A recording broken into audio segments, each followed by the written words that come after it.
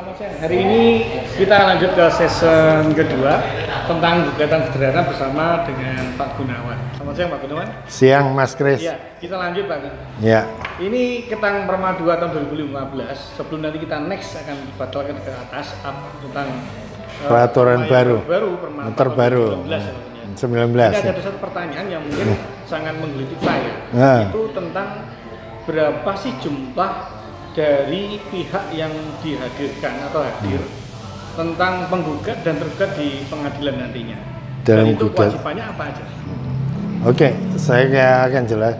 Di aturan Perma 2 nomor 2015, pihak tergugat dan tergugat itu hanya boleh satu orang saja. Boleh lebih, tapi harus mempunyai kepentingan yang sama. Contohnya suami istri lah, itu boleh, berarti dua kan. Atau dari lembaga keuangan dia menghadirkan lebih dari satu yang mewakili, itu boleh. Maksudnya itu. Jadi gitu. Kalau tidak ada kepentingan tidak boleh duduk berhadapan petung itu loh ya. Oke. Terus tentang gugatan sederhana itu dapat diajukan tentang profesi. Apakah itu betul seperti itu? Jadi gugatan sederhana itu tidak ada provisi, eksepsi, banding, intervensi, replik, duplik. kasasi, replik, duplik tidak ada. Tidak ada itu. Jadi makanya singkat, jelas, sederhana. Nah gitu. Jadi nggak ada itu proses yang lama di peradilan umum, nggak ada. Ya, terkait dengan pembukaan pasal 18.1 itu apakah juga tidak diperlukan pembuktian? Oke, 18 ayat 1 ya.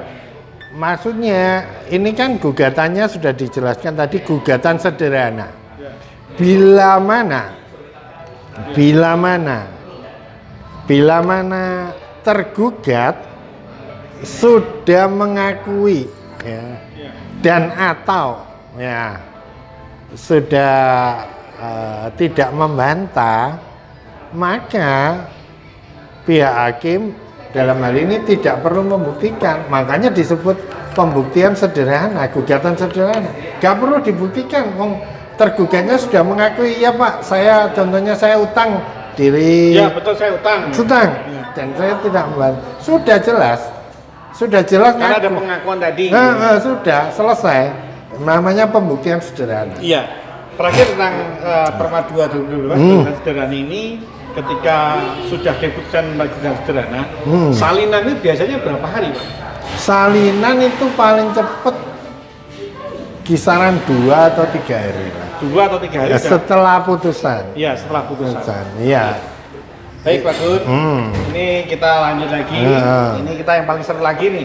Di tahun 2019 ternyata ada Perma 4 tentang gugatan sederhana. Betul. Iya Pak Gun. Ini tadi kalau yang dari Perma 2 tahun 2015 itu nilai materialnya itu 200 juta. Betul. Untuk Perma yang 4 tahun 2019 itu berapa Pak Gun? Oke. Jadi karena kemajuan zaman, kemajuan ekonomi, bahwa Mahkamah Agung memandang perlu menerbitkan peraturan Mahkamah Agung karena nilai yang 200 juta tadi dirasa kurang karena kemajuan zaman. Maka diterbitkan namanya Perma 4 2019. Nilai gugatan material itu sampai maksimum 500 juta. Sampai itu 500 juta. 500 Jadi, juta. Pertama 200 juta di 2019 ini juga 500 juta. Karena kalau seperti itu kan UMKM dan lain sebagainya bisa, maksudnya levelnya di situ. Kan gitu loh. Jadi seperti itu. Itu yang baru. Yang ada beberapa hal yang baru di Perma 4 2019 ada beberapa hal yang baru, gitu maksudnya. Ini terkait dengan hakim tunggal, apakah juga berlaku di Perma 4 2019? Oh iya. Masih sama tunggal? Tetap hakimnya hakim tunggal. Kalau terkait dengan pengadilan negerinya itu, apakah bebas dilakukan penggugat dan tergugat di domisili yang sama? Maksudnya gimana? Artinya gini, penggugat dan tergugat ini punya domisili yang sama dengan pegawai negeri yang sama dengan domisili mereka. Oh ya, cuman kalau yang 2019 ada pembaruan. Jadi begini, penggugat, misalkan penggugat di Jombang nih, Bang, lembaga keuangan di Jombang. Nah, terus tergugatnya di Kediri. Nah, kalau yang di 2015 itu kan tidak boleh, harus sama. Kalau yang baru ini boleh, dengan cara bagaimana? Penggugat akan memberikan surat kuasa kepada seseorang atau institusinya yang berada satu lokasi dengan tergugat dengan pengadilan setempat. Contohnya di Kediri. Nah, itu dia boleh kuasa, surat kuasa atau kuasa insidentil. Itu yang baru juga. Ini yang baru ya? Baru. Kalau yang lama tidak ada. Jadi dipandang seperti itu, bisa. Ada dua itu ya. Nah, ada yang sangat menggelitik beberapa teman kejadian yang main gugatan sederhana itu terkait dengan penggugat dan tergugat. Apakah sekarang ini untuk rumah yang baru itu menurut pasal yang 4 ayat 4 wajib dihadir? Oh ya. Jadi di dalam peraturan gugatan sederhana, yang walaupun yang lama maupun yang baru, itu penggugat dan tergugat wajib hadir di pengadilan. Setiap sidangnya kan cuma 4 kali. Jadi cuma 4 kali. Loh iya kan 20 hari kerja. Yang hari minggu kelima 25 kan dia tidak hadir, nggak masalah putusan. Nah, jadi setiap minggu itu baik dia didampingi dan atau tanpa didampingi advokat, dia wajib hadir. Baik tergugat maupun tidak tergugat. Gitu, maksudnya gitu. Ya, terkait dengan ekot dan vertek dan verset gimana? Ekot dan vertek dan verset. Oh iya. Itu di gugatan sederhana seperti apa?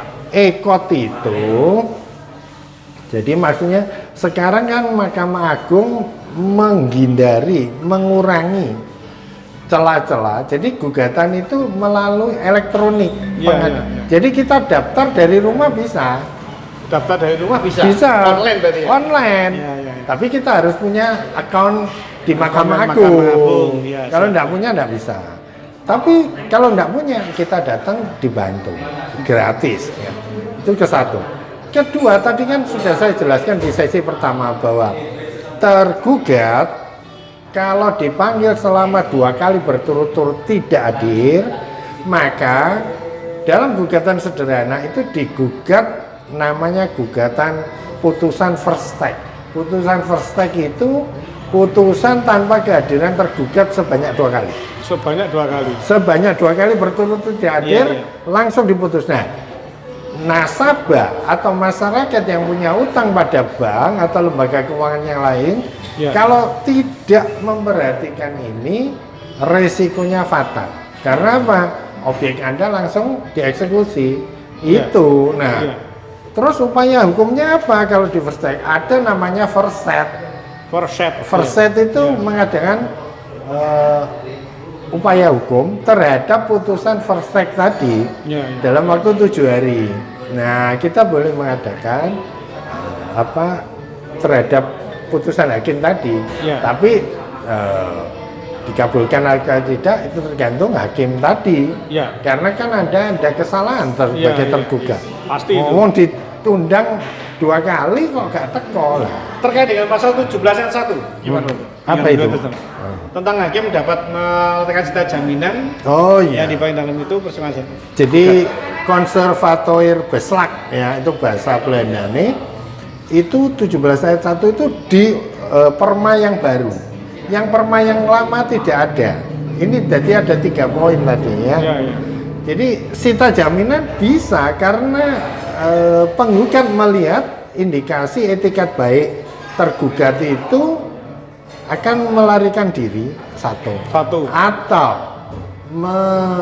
mengalihkan jaminan tadi.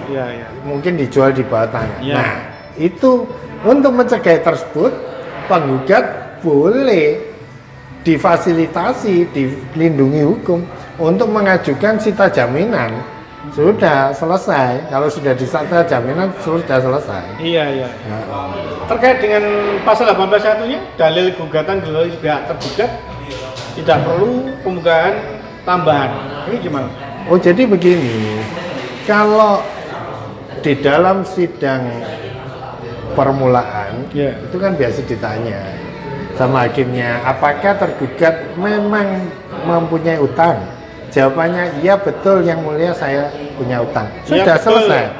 Saya punya utang. Sudah. Pengakuan yang harus pengakuan dan tidak perlu dibuktikan lagi. Nggak usah pembuktian. Karena ada pengakuan tadi. Pembuktian. Jadi itu kuncinya, itu pembuktian sederhana. Nggak perlu dibuktikan pembuktian secara umum yang panjang itu loh. Nggak usah. Sudah ngaku ya sudah. Selesai. Hakimnya nggak perlu buktikan, sudah terpenuhi asas sederhana itu.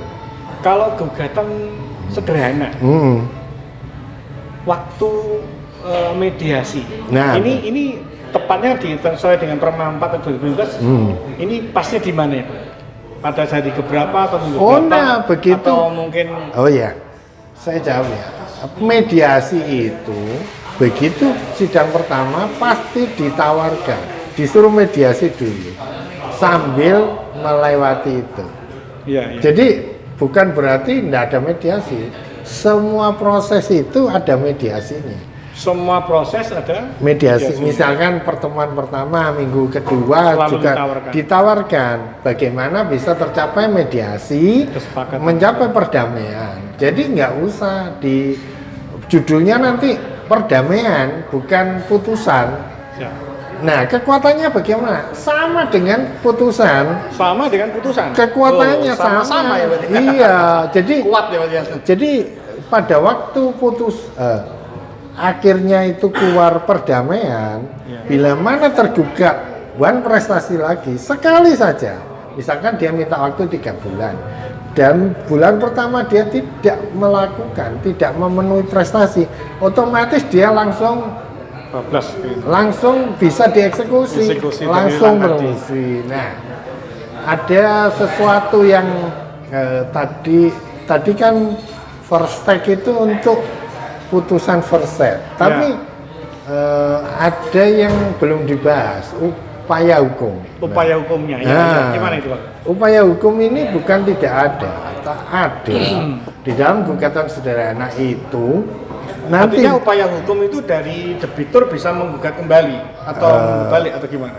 Intinya kurang lebih seperti itu. Ya. Nah, cuman kalau di dalam gugatan sederhana perdata umumnya itu kan ada proses yang panjang. Pengadilan negeri putus, banding kasasi, setelah putus ada PK lagi lah, gak jelas ini. Ya, panjang. Nah, kalau di dalam gugatan sederhana setelah putus itu debitur diberi perlindungan hukum, namanya keberatan. Bukan banding.